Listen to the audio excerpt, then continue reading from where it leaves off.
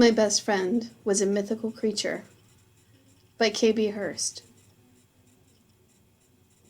You'd have a better chance of seeing Jesus Christ, little brother. Jimmy, my older brother, exclaimed when I told him what I had seen.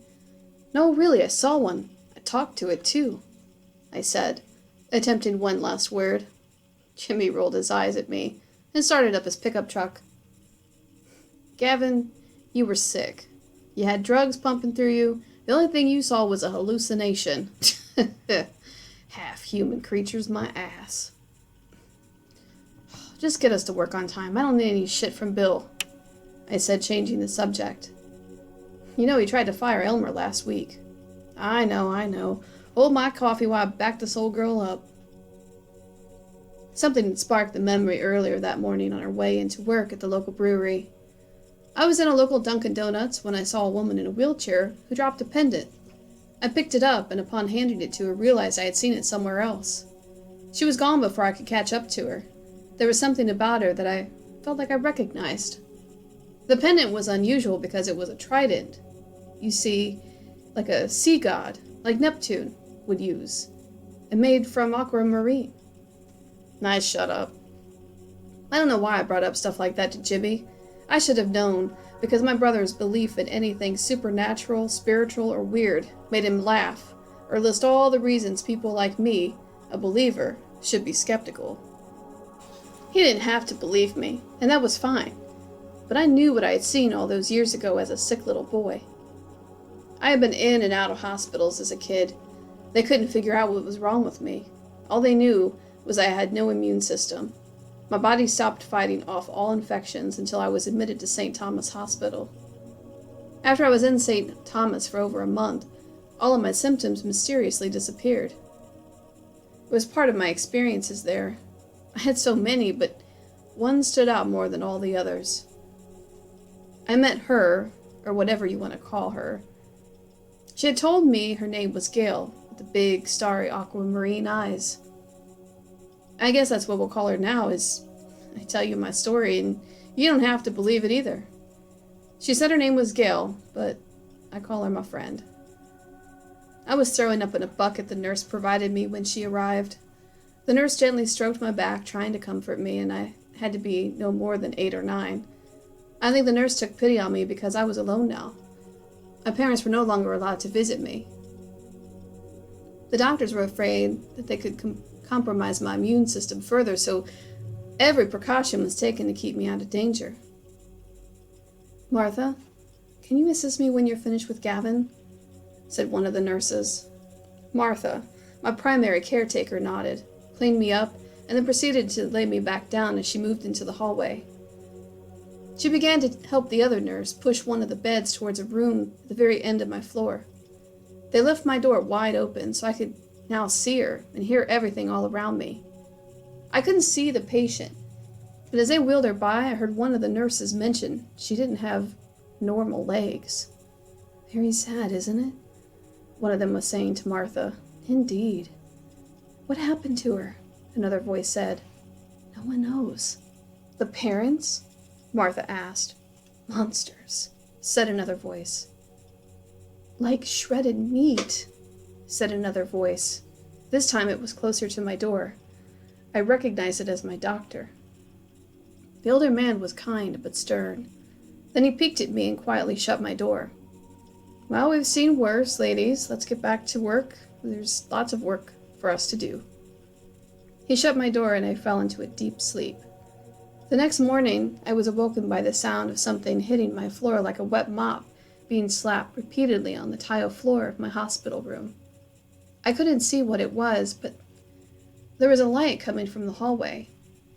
I lay there as I heard it coming closer, and when it got just below the part of the bed closest to where my head was, I saw them. Eyes popped up from underneath my bed. They seemed to glow brightly like dark black and blue crystals. The shape of the head was like that of a little girl no more than 8 or 9, close to my age. Her hair was tattered. It was long and black. Her mouth seemed to open wide as her eyes grew larger and blacker. Her teeth were sharp as they appeared from nowhere. Then her tongue fell from her lips in an elongated slurp. I couldn't fight, nor did I resist, as fear kept me firmly in place.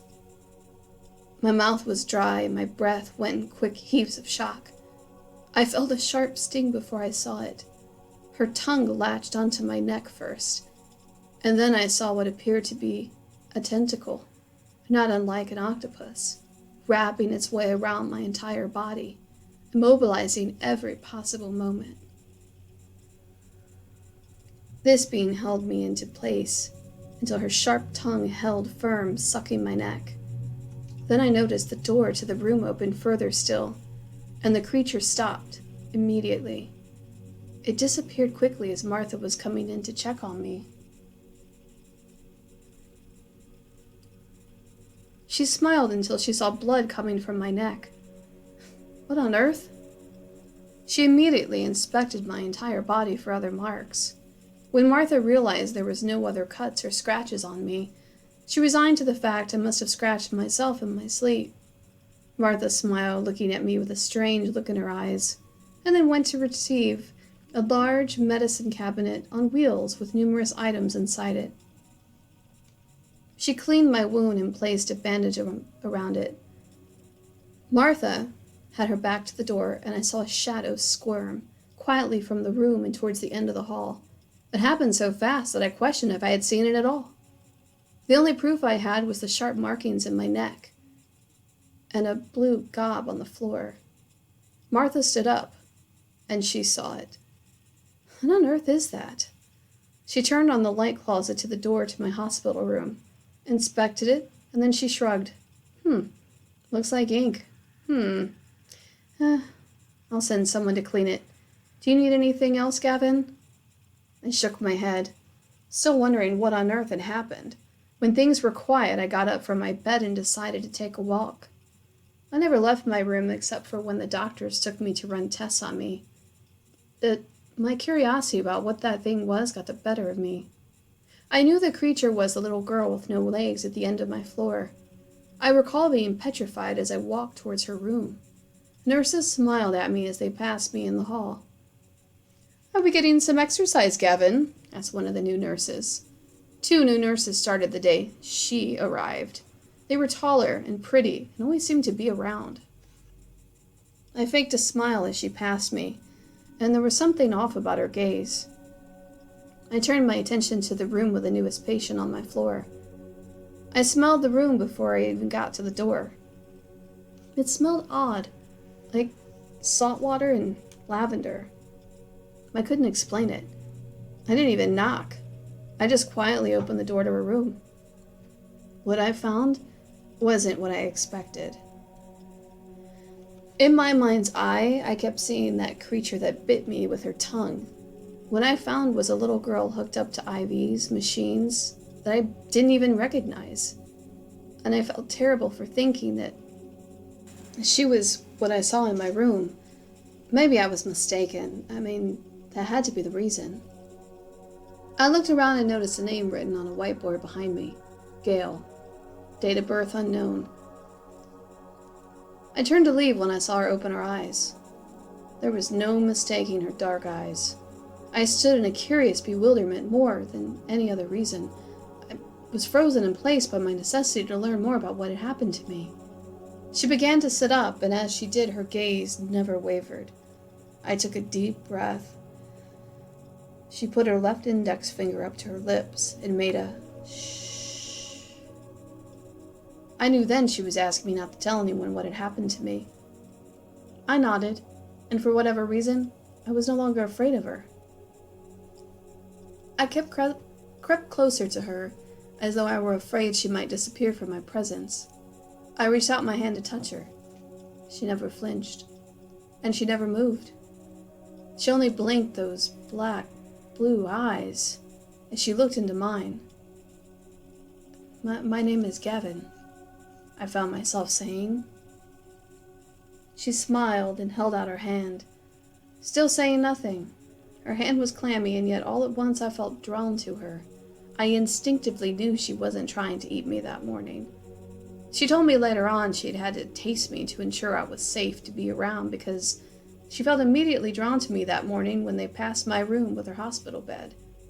From that moment on, I barely left her side.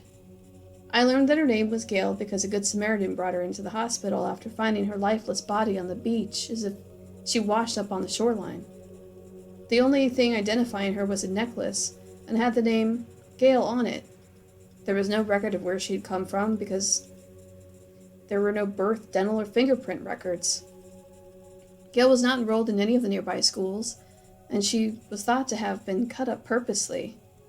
Whoever had hurt Gail had to be a monster.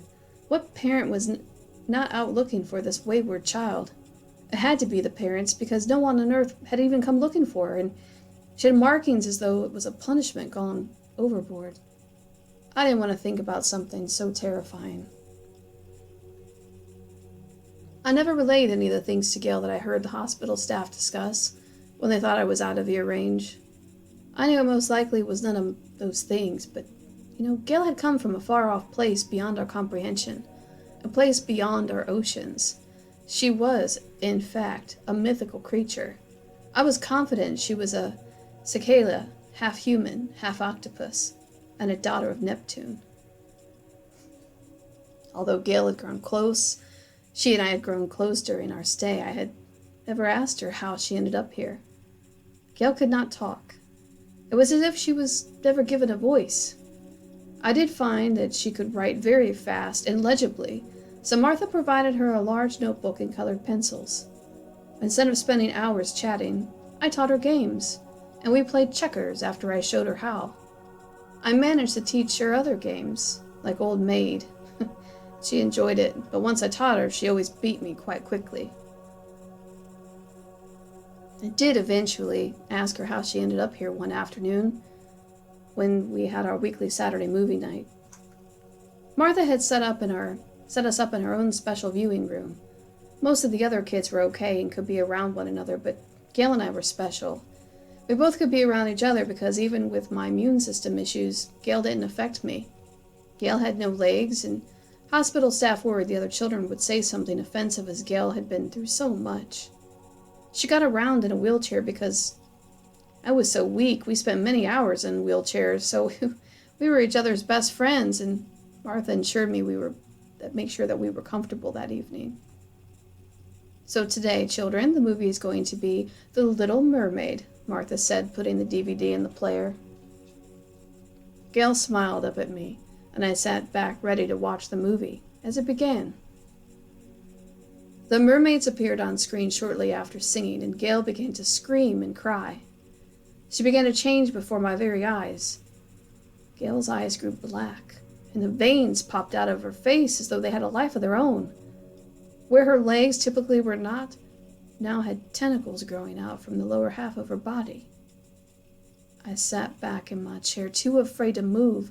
The singing in the movie ceased as a massive tentacle appeared from behind Gail and smashed the television. Tears welled up inside Gail's dark eyes. I found myself going to her, regardless of any fear I had at viewing her monstrous outrage. I slipped my small hand into hers and held on to it as she calmed. "What happened to you?" I asked her. Finally, as though the water broke in my tiny brain, she showed me with her mind. Merman creatures had done this, murdered her entire family in a bloodlust like I had never imagined could exist. They came in the night when Gail and her fellow creatures could be sleeping. They came with human men in boats, too, large ships with government markings on them. They blew them out of their caves. The mermen disemboweled their prey using their teeth, some of them eating their flesh while they were still alive in a bloody display of dominance. The mer people were like hired hitmen for the men in their boats. They slaughtered the octopus people, and the men in boats collected their bodies in giant hooks. The brutality was shocking, and I felt my body growing colder as I held onto her hand. There were so many of them, and in the center rose an enormous creature bigger than them all. It began with waves under the sand like a great earthquake. Black tentacles burrowed into the bottom of the ocean floor. and the ripples it caused frightened the merpeople as a great source of fire erupted from the ground. The black shadow excreted a black substance that shot out from its center and blackened everything around to where nothing could be seen. The only thing you could make out was the silver eyes that rushed through the water. Piercing screams shattered the glass and metal of the sunken ships. I had the feeling that this creature had been the creature of everything under the sea. It created everything. It rose and used its power to scorch the bottom of the ocean floor until it broke apart. It created fiery veins like liquid lava churning up and out of the seabed and decimating everything around and burning their flesh like an atom bomb. The screaming never ceased. Some of the boats, however, escaped the creature's revenge. I could only gather this was apparent to them. All the grief was felt in the final act of a murderous revenge. It was too late for the Cicalia tribes of men and women, though. They were dead, and pieces of them lay on the bottom of the ocean floor. Gale escaped to the surface layer of water among the bouncing sea caps, and in the process her tentacles were ripped from her body by her own doing as a form of molting. She had no choice but to look as human as possible and escape to shore. It wasn't known why the men in government ships wanted the Cicalia people, but my guess was they had something they wanted. I was sickened by what I had seen my fellow human beings do to Gale's family. Most of all, I was shocked that mermaids existed, even more that they were these hideous underwater vampires that thirsted on other half-human, half-animal creatures like themselves. Gale released her hand from mine. My tears now reflected hers. Gale's tentacles disappeared as rapidly as they had appeared. As Gale shed them from her body, they fell to the floor of the movie room as they crumbled into dust. So that's how she had done it before, I thought. She was lucky because Martha came in then. Martha always seemed to be nearby. "What happened?" she asked. Gale accidentally fell off her wheelchair. "I'm sorry, it was an accident," I lied. Martha just looked at both of us for a long moment, shook her head, and then we helped Gale back to her room. Gale was less active for the next few days, as if she had become depressed. There was something older about her now, and I didn't know why, but I felt like it was something I had done. I thought back to how Gale showed me the massacre of her family and how painful it had been for her to show me. Part of me wondered if she had left herself on that beach in human form to escape the sea and all of the creatures that may do her harm with it. I tried, unsuccessfully, for the last few days to get Gale to come out and hang with me. She had grown lethargic and disinterested in me and my games. Then something happened that changed everything once and for all. 2 nights later, I woke to the sound of someone screaming.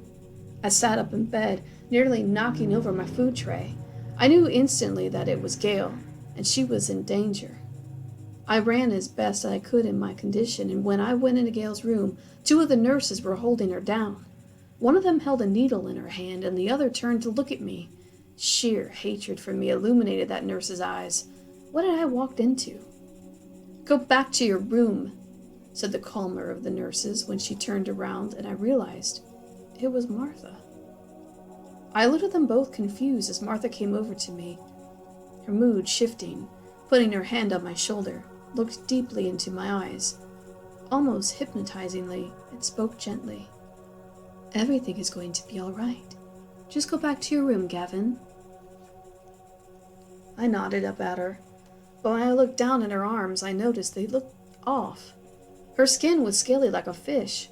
It poked out from her sleeve, and it was almost silvery blue. Her hypnotic gaze no longer controlled me.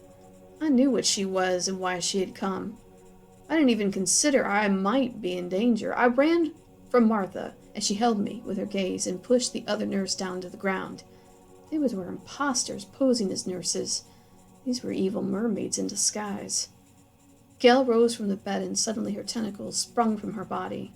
They knocked the mermaids down, and within one touch, her tentacles, they cowered as though it burnt them. They scattered out the door, and I heard one of them say, "He'll come for us all. All of us," said the other nurse to Martha. Who was he? I wondered to myself as I approached Gale. I shivered when thinking about the creature I had seen in Gale's mind when she showed me what happened the day her people were murdered. She was shaking and hugged me tightly. I wasn't surprised that Martha was MIA after the events of that night. She must have figured out that Gale, what she was, and then she studied my bite marks, and the way Gale washed up on shore, it all made sense to her then. Then another odd thing happened. St. Thomas Hospital caught on fire. There was an evacuation, and I recalled being nervous about my friend Gale, the cicala. The light was only a false alarm brought on by the kitchen cook burning bread in the oven. All the patients were accounted for after we were able to return to our rooms, except one, Gale. There was a frantic search for her, but she wasn't found. A missing person alert went out to her, but to no avail. Gale, it seemed, was gone for good. I cried myself to sleep when it was declared that she hadn't been found, and most likely would never be found. A week later, I had a visitor. A tall man came into my room. One of the nurses introduced him as Detective Pete Nunn. His eyes were the same sort of dark blue as Gale's. His hair was whitish gray, and his chiseled cheekbones made him look like an older male model. He wore a dark blue suit with silk pockets to match. Next to his name was a trident symbol. "Hello, I'm Detective Nunn. I'm only here to ask you a few questions, if I may." He smiled warmly, and I trusted him instantly. "Okay," I said politely. "When was the last time you saw your nurse, Martha?" A week ago. Martha was giving my friend Gale a shot to calm her down." "I see. Was she with anyone else?" "Yes, a mean nurse." What did the mean nurse look like?" He asked it as though he knew what I was going to say. She was tall and had long hair. She was really pretty." "Okay. You haven't seen your nurse Martha at all since then?" I shook my head no. "All right. Thank you, young man," he said, standing up. He came over to me and shook my hand, and when he held it, I felt differently, and better than I had in a long time. I couldn't explain it. He stood by the door, and when he stopped, before he left, he looked at me. "She's now with us. Thanks to your help. She's safe." He left me in the bed and I looked around, trying to grasp what had just happened. Within a few days, I was magically cleared to go home to my family. I gradually grew up and moved on from that experience. It wasn't until this morning when I met the woman at the local Dunkin' Donuts that I recalled Gale. I never knew why those government officials and mermaids wanted her and her kind dead. Hell, maybe I'll never know, and honestly, I don't think I want to know. I try to think that if I had indeed saved her life that day, when I attacked the nurses so that Gale couldn't fight back, well, I held a pendant in my hand thinking about Gale, and wondering if she was back at sea. As I was wondering this, I looked up from my position in the passenger seat of my older brother's truck. We had come upon the road just near the shoreline when I happened to look up at the sky.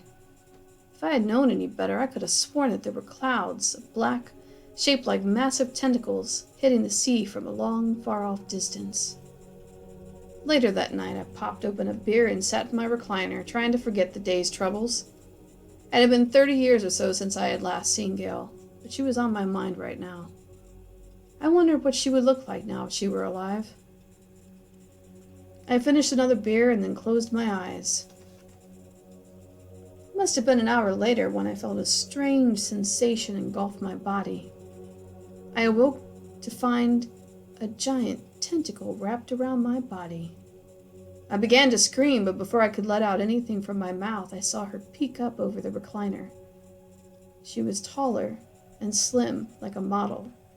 Her eyes were large, but this time they fit her head. Her dark hair was longer than it had been 30 years ago.